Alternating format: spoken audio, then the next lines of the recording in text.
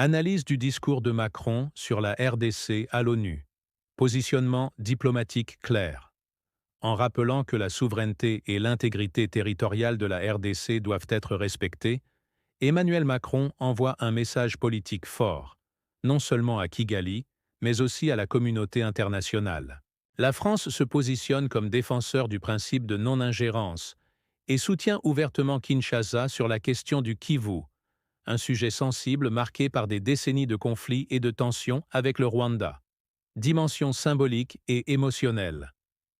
Le passage sur redonner espoir aux populations du Kivu et aux déplacés internes a une forte portée symbolique. L'ovation de la délégation congolaise montre que ce message a trouvé un écho immédiat.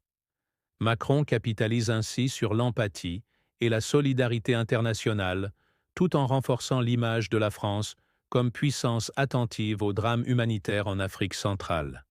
Valorisation des initiatives multilatérales. En citant l'Union africaine, le Qatar, processus de Doha, et les États-Unis, accord de Washington, Macron insiste sur la nécessité d'une approche collective.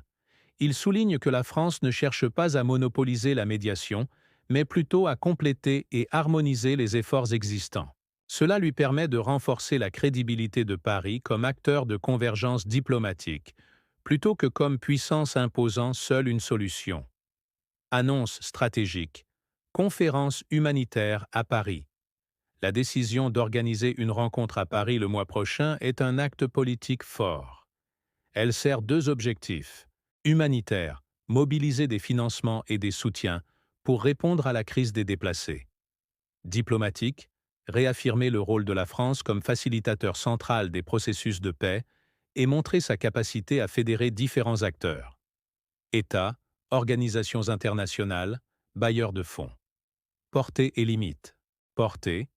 Le discours de Macron consolide le rapprochement Paris-Kinshasa et renforce la légitimité internationale de Félix Tshisekedi, qui se retrouve appuyé sur la scène onusienne par une grande puissance occidentale. Limite. Toutefois, au-delà des annonces, la question clé demeure l'efficacité sur le terrain. Les déplacés et les civils du Kivu attendent des résultats concrets: cessation des hostilités, protection et aide humanitaire réelle. Or, l'histoire récente montre que les conférences internationales génèrent souvent des promesses de financement, mais peu d'exécutions rapides.